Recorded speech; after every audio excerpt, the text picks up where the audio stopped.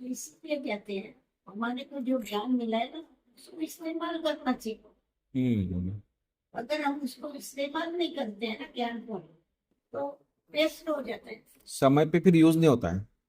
उसको यूज करो। हम्म। यूज नहीं करेंगे तो हर एक चीज यूज हो जाती है। अभी आपके पास ये भी है। आप इसको यूज नहीं करेंगे तो थोड़ा सा भी यूज हो जाए, खराब हो जाए। सही है। तो वैसे ही ज्ञान जो है, अगर हम उसको यूज नहीं करते, कर्म में नहीं लाते हैं, तो वो भी खलास होगा। सिर्फ रिपीट करने तक नहीं होंगे, पर हम उसको इस्तेमाल करते रहे हमेशा। तो उसके लिए क्या चाहिए? विचार सागर बनना चाहिए। तो क्या होता है, जैसा रोगी को याद होता है ये शस्त्र कभी यूज करना है, ये शस्त्र, तो हमें फिर याद रहता है किस समय कौन सी परिस्थिति आई, अभी क्या करना है, तो एकदम ख्याल में आता है। इसलिए थोड़ा ज्ञान का स्टॉक चाहिए। बाबा हमेशा कहते हैं सिमरन सिमरन छुपाओ। सिमरन को, ज्ञान का सिमरन करो तो सुख मिलेगा। सिमरन नहीं करेंगे तो सुख नहीं मिलेगा।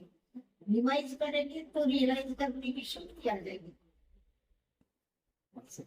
खाली आपके खाली मन शैतान को देगा। खाली मन नहीं छोड़ना चाहिए। इसलिए आपको एक वैक्सीन दिया है ना, मैं पहले वैक्सीन लेके लास्ट पेज तक पढ़ देती हूँ, बैठ जाऊंगी तो खाली नहीं नहीं, अच्छा है। पढ़ाई बहुत जरूरी है ज्ञान। होना चाहिए। हमारा दादी प्रकाश मन जी पढ़ते रहते थे, सारे मैगजीन पढ़ते थे, जब कितना बिजी होते हुए पढ़ते थे। हम्म।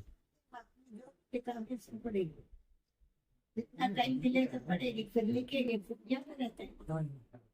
फिर औरों को डेली को भी आता है और अपने को इस्तेमाल करने को भी आता है। तो फिर बात पर ध्यान नहीं जाता ऐसा। दीदी और एक क्वेश्चन था, जैसे बाबा बोलता है संतुष्ट और संतुष्ट करो, हाँ, तो पर कुछ आत्माएं ऐसी है, हम कितना भी उसको संतुष्ट करने की कोशिश करो, कोई ना कहीं वो असंतुष्ट रहते, कभी ना कभी कोई बात उनके अपने संस्कार से, तो ऐसे टाइम पे क्या करें? देना चाहिए। अभी नहीं होती है सब। बाबा ने नहीं तो हम अपने सब छोड़ के उनको सब नहीं होती है, नहीं होती है। हम तो संतुष्ट रहे। संतुष्टता ये बहुत बड़ा धर्म, और संतुष्टता ये संपन्नता से आता है। जितना जितना हम संपन्नता की संपन्न। तरफ जाते हैं, हम संतुष्ट होते जाते हैं। इससे पता चल लगता है ये नहीं हो लगता, और ये कहीं भी बुद्धि नहीं जाती है, वस्तु पदार्थ व्यक्ति मान अपमान देता संपन्नता माना ज्ञान धन से और उस योग से आत्मा स्थिति स्थित। है। उससे क्या है, उससे संतुष्ट होते जाते हैं जितना जितना अपनी जो संपूर्ण स्टेज है उसके नजदीक जाते हैं, तो उनको इतना समझ में लगता, और फिर आवाज नहीं अच्छा लगता। हाँ भाई। सुकून भी नहीं आता। जैसा दूर हो जाए, कहाँ जाना भी अच्छा नहीं लगता। सही है। सेवा नहीं जाते हैं, परंतु कुछ शुरू को ले सब लिख जाते हैं। उधर जाओ उधर जाओ, क्या फाइनेंस। हम वहाँ दिल्ली गए थे तो बोला इधर वो इंजन बनने का कारखाना है, हमको बहुत फोर्स किया वहां से, चलो इंजन बनने का कारखाना है। मैं बोला मेरे को इंजन बनाने ही नहीं थी, जाके क्या कारखाना देख के क्या करें? इससे connection। तो जगदीश भाई बोलते ना, मार्केट जाते हैं इधर भी देखेंगे उधर, अरे भाई तुमको लेना क्या है? सब देखता रहेगा, तुमको क्या लेना है वहां ध्यान लगाओ, बाकी सारी दुकान झाक झाक के देख रहे, लेना कुछ नहीं है। फिर बोलते हैं विंडो शॉपिंग करते हैं। और कुछ पूछना है भाई आप लोगों को दीदी से पुरुषार्थ के लिए? देखो अब तो साधारण हमने पूछा वो उसमें सब आगे। नहीं नहीं, फिर भी कोई देखो, संगठन में कई बातें आती है हर एक के सामने, तो ऐसी कुछ बात हो जिससे आपको। उसके बाद तो संतुष्टता के लिए आती है, खुद भी संतुष्ट रह के दूसरों को भी संतुष्ट कैसे करते हैं मेन बात। फिर भी कुछ पूछना है? क्या बोल संतुष्ट तो खुद रहना है और दूसरों को भी संतुष्ट करना है, ये सबसे बड़ा चुनौती है। तो कुछ संतुष्ट हो जाते हैं लोग। पहले हम को संतुष्ट करने के लिए पढ़ाई को पढ़ते हैं। अगर हम सिविल के पढ़े चलते तो हम संतुष्ट रहते हैं। पढ़ाई की तरफ ध्यान देते हैं तो हम संतुष्ट रहते हैं। और दूसरों को यदि हमको संतुष्ट करना है तो हमें हमेशा पहले बाप का पाठ पक्का करना चाहिए, जैसे बाबा ने किया। बाबा तो भी खुद आगे नहीं रहा, मुझे देखा था साकार बाबा जी। कभी भी ये नहीं बोला कि मैं पहले बच्चे। तो उससे क्या हुआ, बाबा कहते हैं एक दो को सम्मान दे। और सम्मान कौन दे सकता है? जो स्वमान में रहता है वो सम्मान दे सकता है। तो हम जितना अपने स्वमान में रहते हैं, हम ईश्वरीय संतान हैं, इसे स्वमान में रहते हैं ना, सामने वाले को सम्मान दे सकते हैं।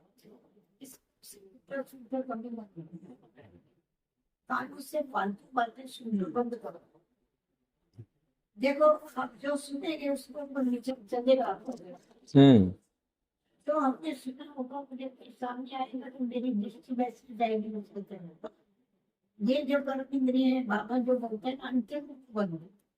अंतर्मुख माना ये के अंदर जो कर्म इंद्रिय है, ये इम्पोर्टेंस है, उसके ऊपर हमारी जीत होनी चाहिए। प्रमुख है। अभी मेरे को बोलना नहीं होगा तो इसको दरवाजा हम बंद कर सकते। सो आगे हैं, इनको भी दरवाजा है, मेरे को देखना नहीं होगा तो बंद कर सकते। कानों को दरवाजा है।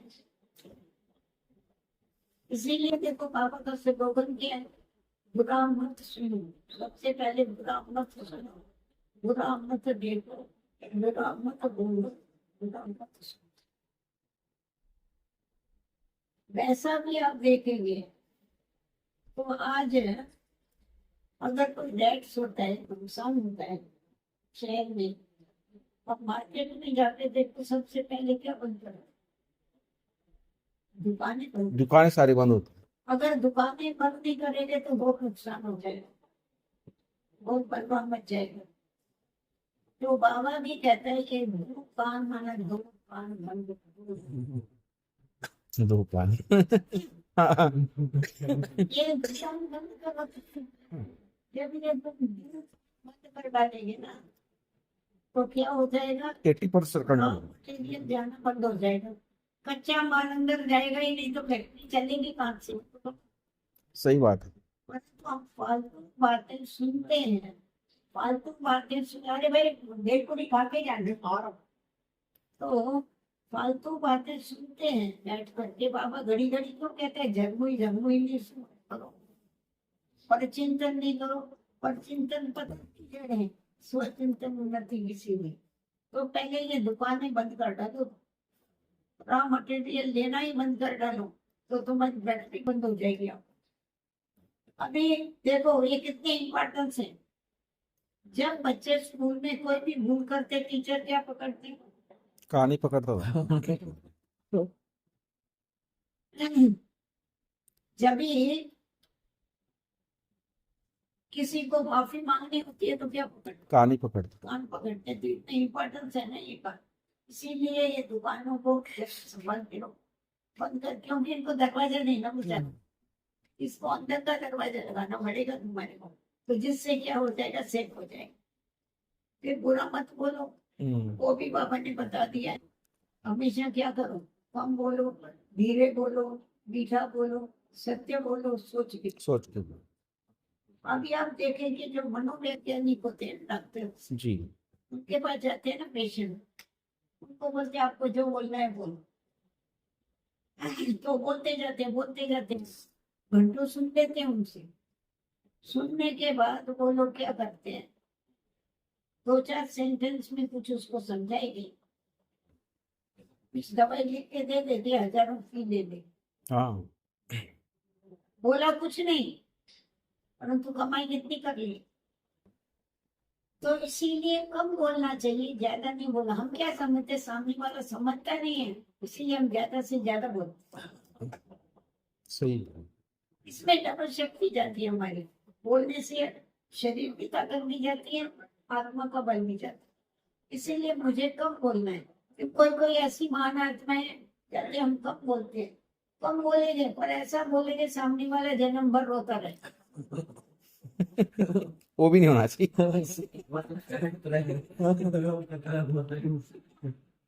ऐसा कोई शब्द नहीं बोला, क्योंकि ये जो है ना, ये जबान तलवार का भी काम करती है, सुई धागे का भी काम करती है, काटने का भी काम करती है, दिलों को बांटने का भी काम करती है, जोड़ने का भी। तो हमको ये दिलों को जोड़ना है, ये हमको ध्यान में रखना है। हम कंस्ट्रक्शन हमने ठेका उठाया हुआ है। क्या ठेका उठाया? हमको नई दुनिया को स्थापन करना है। बाबा कहते हैं तुम बहुत बड़े कॉन्ट्रैक्टर हो, तो क्या ठेका उठाया? जोड़ने का। ये क्या करते हैं? जोड़ते हैं ना, बैठ के ईंटों पर ईंटों पर लगाते जोड़ते हैं। तो हमको क्या जोड़ना है? हमको एक दो के दिलों को जोड़ना। इसीलिए अगर कोई किसी के बारे में कुछ बोलता है तो उसके हाँ में हाँ नहीं मिलाना चाहिए। तो क्या करे, कई बार ऐसी मजबूरी होती है, बड़े सामने हैं और कुछ बात है, तो हाँ में हाँ मिलाना भी पड़ता है, क्योंकि उनसे रोज काम लेना है मेरे से। नहीं नहीं, हाँ में से हाँ मिलाना। हाँ, क्योंकि रोज बोल रहे हैं, हाँ में से हाँ कैसे मिलाएंगे? नहीं मिलाएंगे तो कल वो मेरे से रूठ जाएगा, मेरा काम ही नहीं करेगा। तो ऐसे टाइम पे क्या करे फिर? नहीं, या तो चुप होना पड़ेगा बिल्कुल। जो परिचिंतन होता है कचरा है। हम्म, हमको डस्टबिन नहीं है, कचरे का डब्बा नहीं है, वो आगे हमारे भी कचरा डाले। आज मम्मा या बाबा या दादी, उनके आगे किसी को फालतू बोलने की ताकत थी? नहीं। क्यों? हमारे आगे बोलने की क्यों ताकत? इसका मतलब मैं भीड़ हूँ। अगर एक बार ही उनको मालूम पड़ जाएगा कि इनके आगे हमारे को फालतू बोलने से कुछ फायदा नहीं है, समझा? कुछ फायदा नहीं है, तो वो आप ही बोलना बंद कर डालेंगे। एक बार ही बोले कि दो बार बोल, किसी बार आएगी नहीं। हाँ ये तो है। और